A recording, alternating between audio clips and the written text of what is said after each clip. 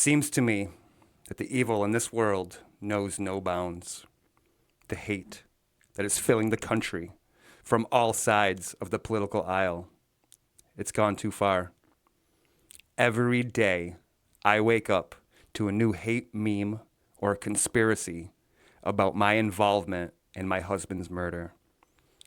Just because of my previous work starring in a CIA video, and I have ties to dubious Romanian organizations, Drewski is out there doing reverse blackface to mock me.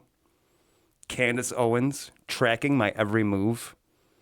The memes of close-ups of my actual, real facial expressions. I was almost killed the other night at the White House Correspondents' Dinner, for crying out loud. Well, it ends tonight. From here on out, the next meme that gets uploaded to X about me, I will execute a small animal. If the memes continue to escalate, I will also escalate to larger mammals, if you catch my drift. To show you all I am serious, I'm going to execute a cat live on stream right now. So a real boss bitch does it.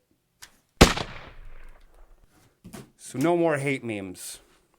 I'm being real serious now. Charlie would not have wanted it this way. Shabbat shalom to everyone.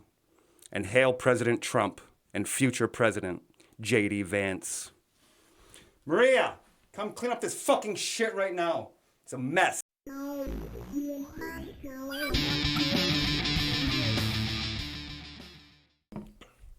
Hello and welcome to the show, everyone. This is PNG Weekly, even though it has not been weekly in some weeks, sometime.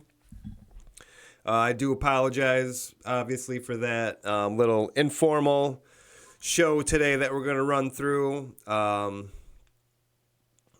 just had a little bit of motivation to do that skit that you saw previously here, the Erika Kirk one. But other than that, I have not found the comedy in anything that's been going on in the last couple months. So, pretty blackpilling, to say the least. This war's a fucking drag, dude. I don't know about where you guys live. We're looking at $4.20 for gas where I'm at right now.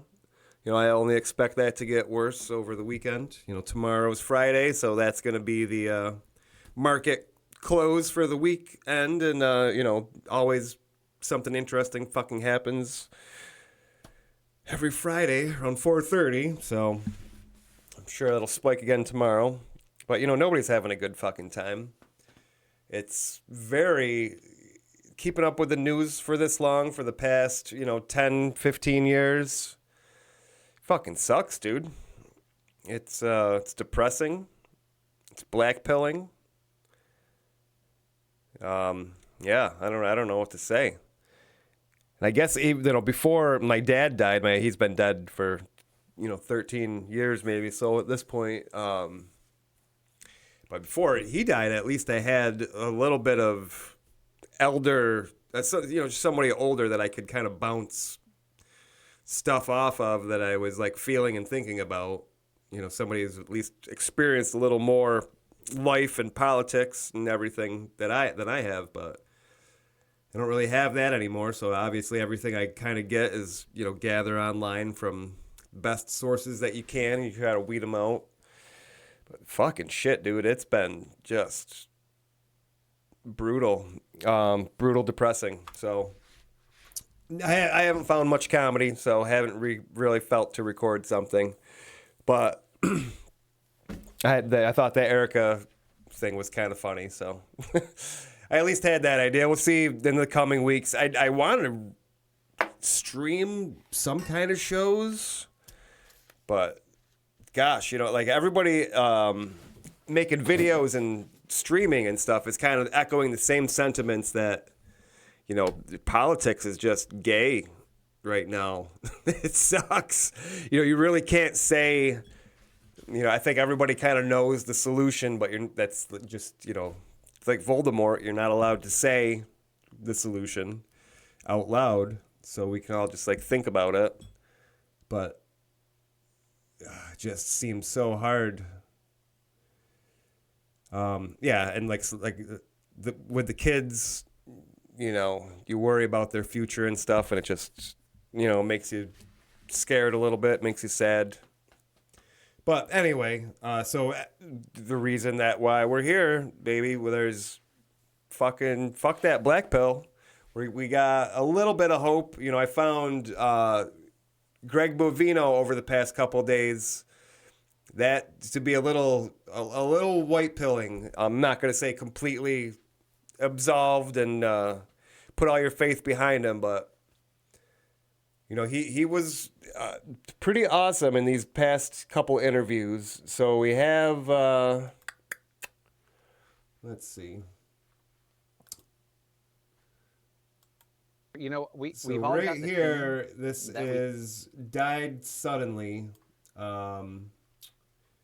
Put this out, Lauren Witzke, and I hate it on X when they don't give credit, but it was the first one that came up when I searched, so we'll still watch this one.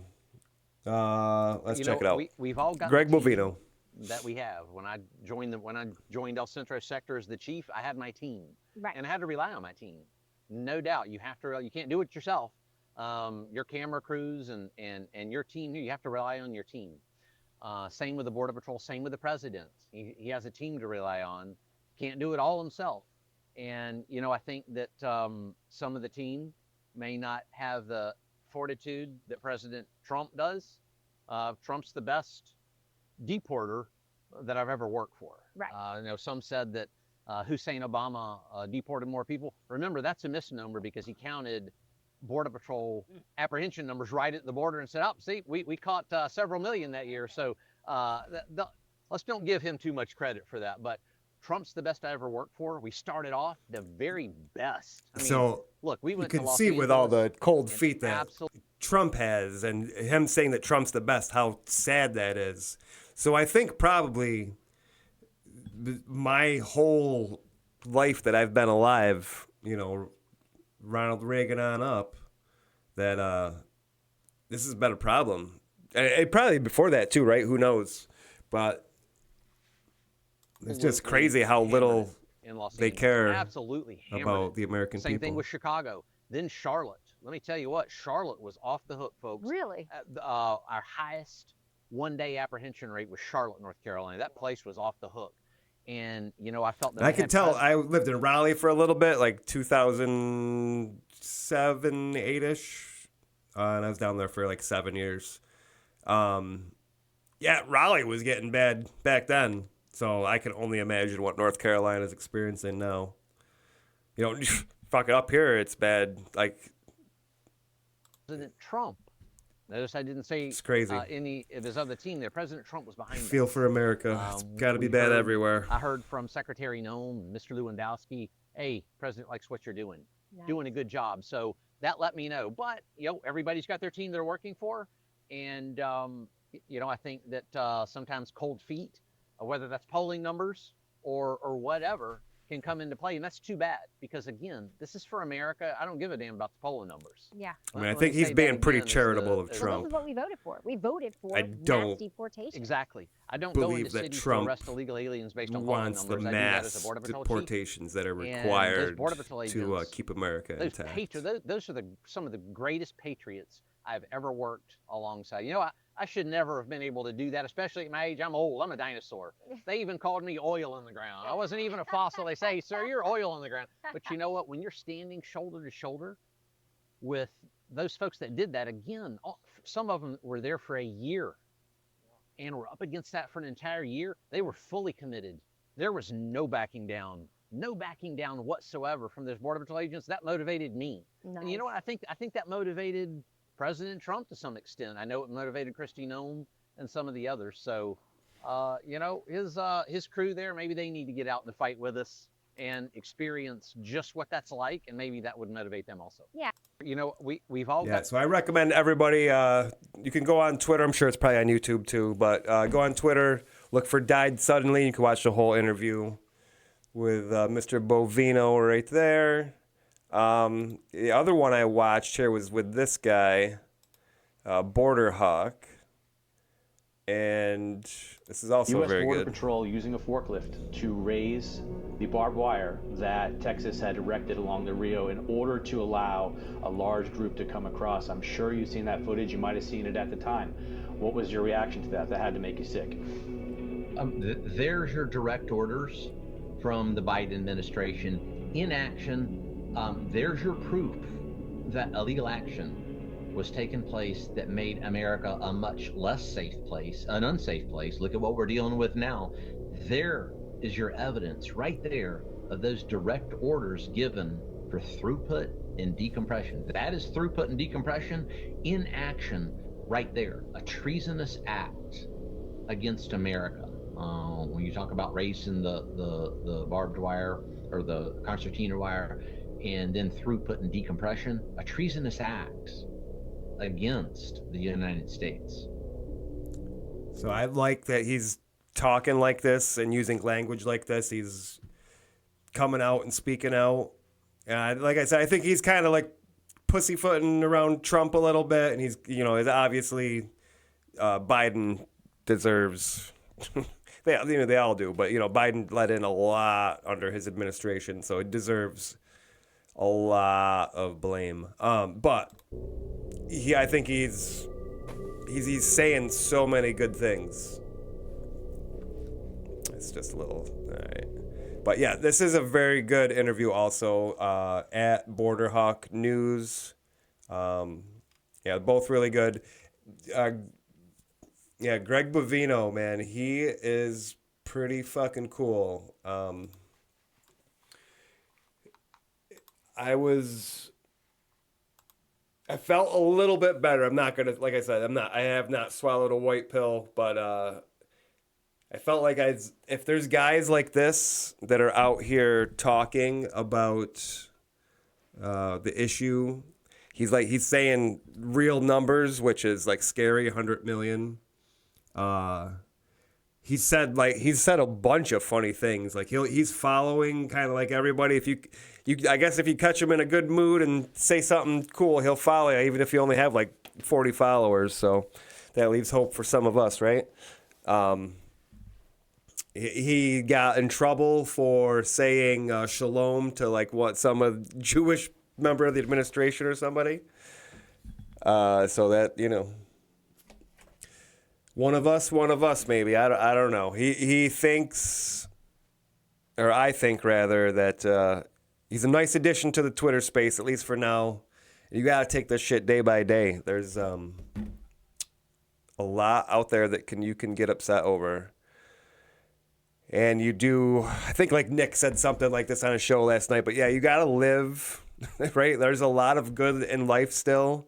And brother, I know you look at like your grocery bill and the gas in your tank, and nobody's happy. You got to take your kids to soccer practice or whatever, and put that gas in, and that shit hurts, man. But it's not over. It's not over yet. I don't know that anybody has like a plan.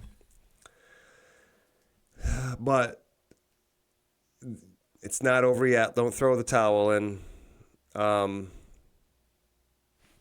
Yeah.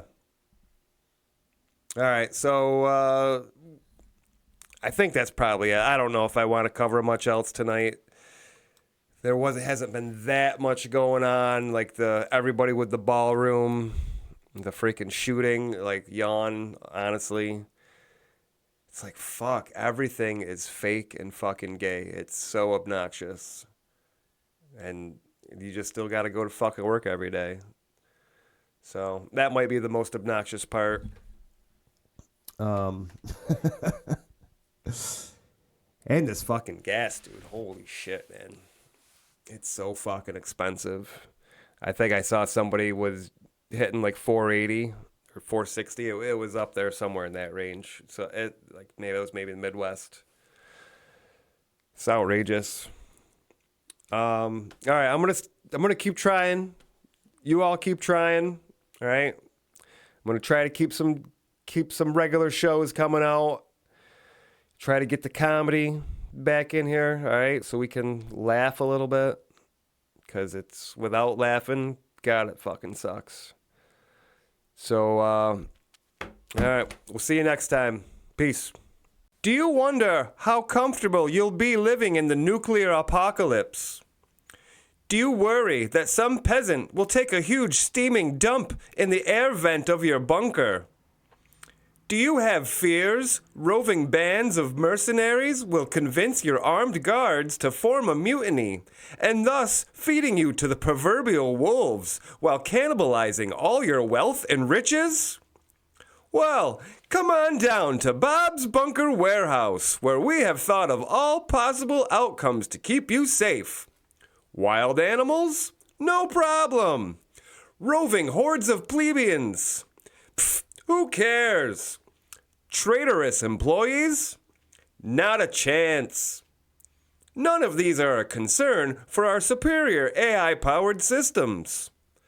We have the very best engineers working on this high-tech infrastructure from all over the world, mostly India, to give you the very best in all the latest technological advancements. Let Rajesh and his team build and design the perfect bunker for you and your loved ones' needs.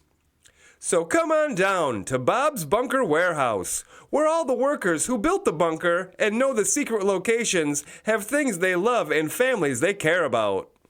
Bob's Bunker Warehouse.